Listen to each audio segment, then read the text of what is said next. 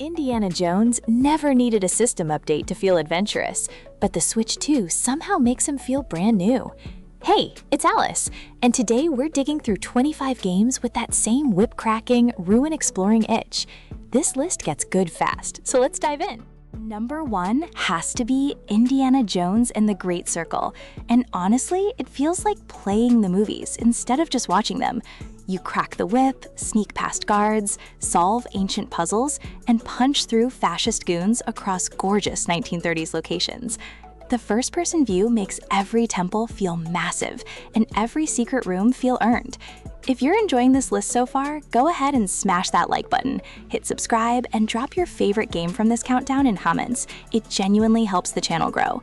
Back to the game, the combat stays scrappy and physical, never overpowered, which keeps the tension alive the whole way through.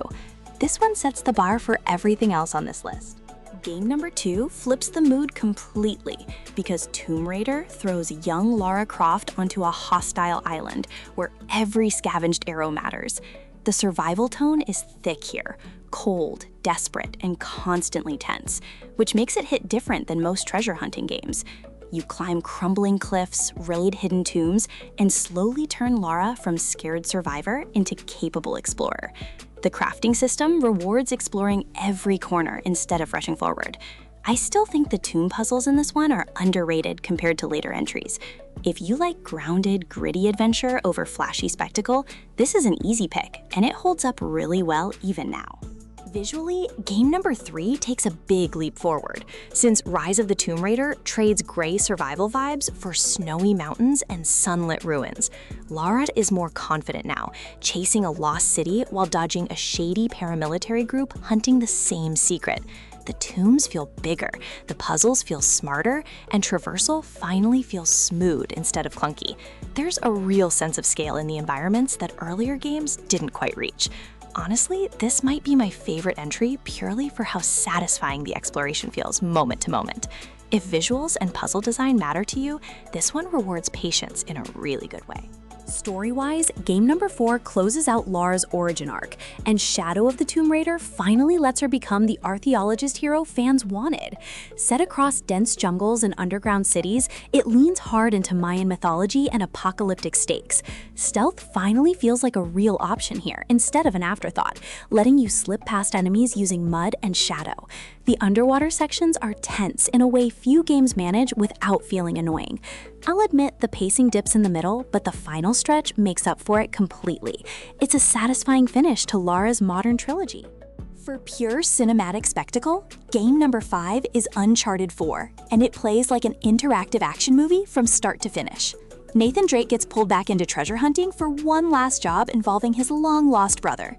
The set pieces here are wild. Cliffside chases, pirate havens, and collapsing ruins that never stop moving. Climbing and gunplay blend together so smoothly, it barely feels like separate mechanics. What gets me every time is how much heart the writing has between all the explosions. If you want blockbuster energy with real emotional weight, this one nails both sides perfectly. Game number 6 trims the fat and delivers a tighter, faster adventure, since Uncharted: The Lost Legacy hands the spotlight to Chloe and Nadine instead of Drake. Set in India, it features one of the best open-ish sections in the whole series, letting you explore ruins at your own pace. The chemistry between the two leads carries the story just as well as Drake ever did. Combat encounters feel more varied thanks to that semi-open design choice. Personally, I think this is the most replayable entry, simply because it respects your time. Short, sharp, and genuinely satisfying from start to end. Shifting into a darker mood, game number 7 is Star Wars Jedi Fallen Order, which follows a traumatized young Jedi hiding from the Empire after Order 66. Exploration here feels closer to a puzzle box, since areas loop back on themselves as your abilities grow. Lightsaber combat is deliberate and a little punishing, rewarding patience over button mashing. The droid companion adds real charm without ever feeling like padding. I remember genuinely gasping at a few story reveals I did not see coming. If you enjoy Metroidvania-style exploration wrapped in Star Wars atmosphere, this delivers in a big way. Building on that foundation, game number 8 raises the stakes considerably, as Star Wars Jedi Survivor gives Cal Kestis a much bigger galaxy to wander through. New planets, new lightsaber stances, and a genuinely emotional story about rebuilding after loss makes this feel like a proper sequel rather than more of the same. Combat variety jumps massively thanks to 5 distinct fighting styles you can mix and match. The world design leans into verticality, giving traversal a satisfying rhythm once your skills unlock. Some performance hiccups held it back at launch, but they've mostly patched since. Fans of Fallen Order will find plenty to love here. Now we're stepping into ancient Egypt because game number 9 is Assassin's Creed Origins, and it completely reinvented the series as a full-blown action RPG. You explore pyramids, tombs, and bustling cities as Bayek, a Medjay hunting the people responsible for a personal tragedy. Combat finally feels weighty instead of button mashy, with real stakes tied to gear and levels. The sheer size of the map still impresses me. There's history packed into every corner. Discovery Tour mode alone is worth checking out if you just want to wander and learn. This is where the modern Assassin's Creed formula truly began. Taking things further, game number 10 sends you to ancient Greece, and Assassin's Creed Odyssey might be the biggest game on this entire list. You choose between Alexios or Cassandra, sailing the Aegean, hunting mythical beasts, and getting tangled in a sprawling family drama. Naval combat returns here and feels genuinely thrilling every single time cannons start firing. Dialogue choices actually shape relationships and outcomes, which adds real weight to conversations. I'll be honest, the sheer scale can feel overwhelming at first, but it becomes addictive fast. If you want dozens of hours of pure exploration, this delivers more than almost anything else here. Moving into feudal Japan, game number 11 is Assassin's Creed Shadows, following both a shinobi and a real historical samurai as dual protagonists. Stealth and direct combat finally coexist properly, letting you switch approaches depending on the mission or your mood. The seasons visually transform the world, turning cherry blossoms into snow as the story progresses. Castle infiltration missions here feel some of the most refined in the whole franchise. I honestly didn't expect to love the dual protagonist structure as much as I ended up doing. It's proof the series still has plenty of new ideas left in the tank. For something lighter, game number 12 brings pure charm, since LEGO Indiana Jones: The Original Adventures turns the entire classic trilogy into goofy, collectible-filled chaos. You smash through familiar movie scenes as blocky versions of Indy, Marion, and Short Round, solving simple puzzles along the way.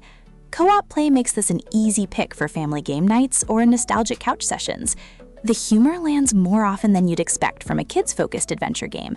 I still catch myself smiling at some of the sight gags even years later. If you want comfort food gaming with real Indiana Jones flavor, this one never misses.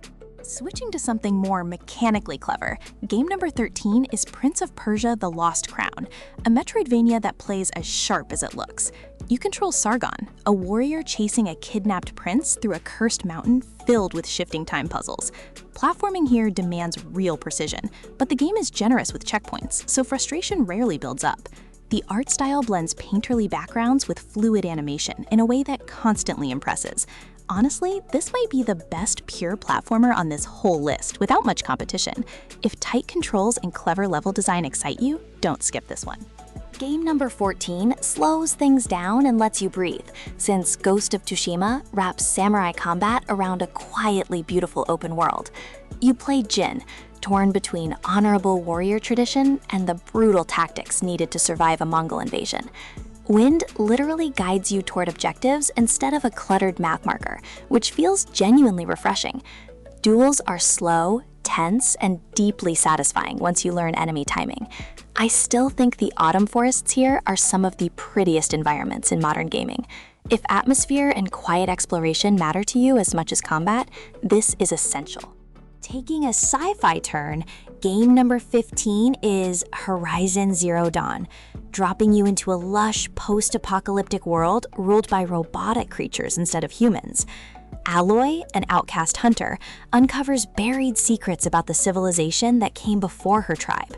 Combat rewards tactics, since scanning machines for weak points changes how every fight plays out.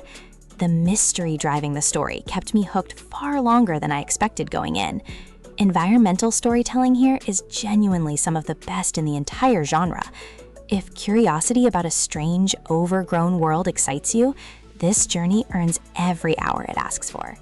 Building on that world, game number 16 expands everything as Horizon Forbidden West sends Aloy west into deserts, jungles, and flooded ruins packed with new machine types. Traversal tools like the glider and diving mask open up verticality the first game never had. Side quests here actually matter, often revealing surprisingly emotional character moments you wouldn't expect. Machine variety keeps combat feeling fresh well past the halfway point of the story. I found myself sequence breaking just to admire specific vistas more than once. If you loved the original, this sequel earns its bigger scope without losing its identity. Shifting into mythology, game number 17 is God of War Ragnarok, following Kratos and his son Atreus through Norse prophecy and looming apocalypse. Combat blends brutal axe and blade work with tight puzzle platforming through gorgeous snow-heavy realms. The father-son relationship carries genuine emotional weight, arguably more than most blockbuster games attempt. Boss fights here are spectacle done right. Tense, cinematic, and mechanically demanding all at once. I'll admit, I got choked up more than once during the quieter story beats. If you want emotional storytelling wrapped around brutal combat, this delivers on every front. For a grittier tone, game number 18 is Days Gone, following a drifter biker surviving a zombie-ravaged Pacific Northwest on his motorcycle. Fuel management and bike upkeep add real tension to exploration most zombie games skip entirely. Horde encounters, massive swarms of infected, create some of the most stressful moments in modern gaming.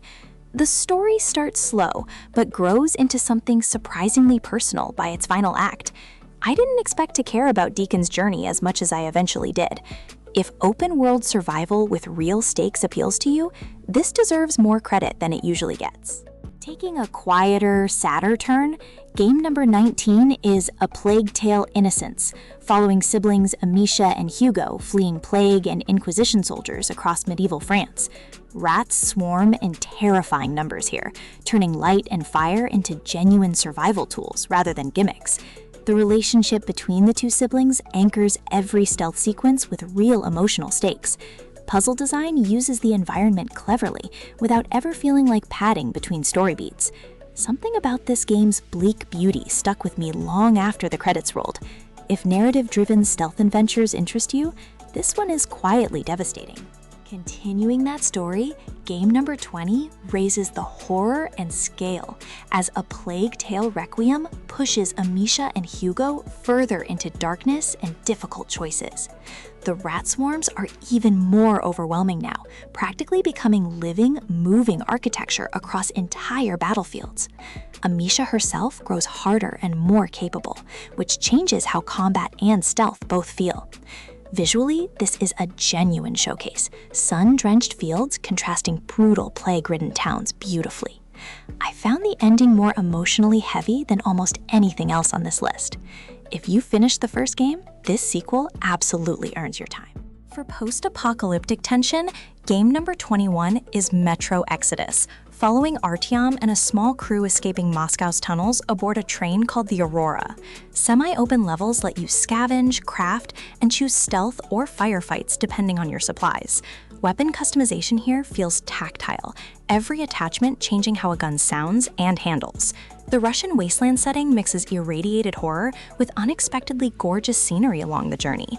I genuinely didn't expect this much heart from a game built around gas masks and mutants. If atmospheric survival shooters are your thing, this ranks among the genre's best. Switching gears completely, game number 22 is pure chaos, since Just Cause 4 hands you a grappling hook, wingsuit, and unlimited explosives across a massive sandbox island. Story takes a backseat here. The real appeal is causing as much destruction as physically possible. Extreme weather events like tornadoes turn already ridiculous chaos into full-blown spectacle. Traversal feels incredible once you master combining the grapple and wingsuit together fluidly. Honestly, I just come back to this one whenever I want mindless, explosive fun. If you want a game that never takes itself seriously, this is exactly that. Bringing revolution to the Caribbean, game number 23 is Far Cry 6, casting you as a guerrilla fighter opposing a dictator across a vibrant fictional island. Weapon customization gets wild here, including handmade Supremo backpacks that unleash rockets and worse. Companions, including animal allies, add genuine personality to what could have been a generic shooter loop. The open world is dense with side content, though not all of it feels essential to finish. Still, blowing up a military convoy with a homemade rocket backpack never really gets old. If chaotic open world shooters are your speed, this delivers reliably. For something stranger, game number 24 is Journey to the Savage Planet, a colorful exploration game about surviving on a bizarre alien world. Humor runs through everything here, from corporate satire to genuinely funny in-game advertisements. Traversal upgrades gradually open new areas, rewarding curious players who backtrack and explore old zones again. Combat stays simple, letting the focus remain on discovery, scanning creatures and collecting strange resources. I found its low-key charm honestly refreshing compared to bigger, more self-serious adventure games. If you want something breezy, funny, and still satisfying to explore, this fits perfectly. Closing out the list, game number 25 is Sea of Thieves, turning pirate fantasy into a genuinely social, ever-changing multiplayer adventure. You and your crew sail, hunt treasure, fight skeletons, and inevitably betray or team up with rival ships you meet at sea. Emergent moments here are unmatched. No two voyages ever really play out the same way twice. Visuals still hold up beautifully. Water and lighting effects remain some of the best in gaming. Honestly, the best stories from this game come from unscripted chaos with strangers online. If you want adventure built entirely around unpredictable moments, this is the one to try.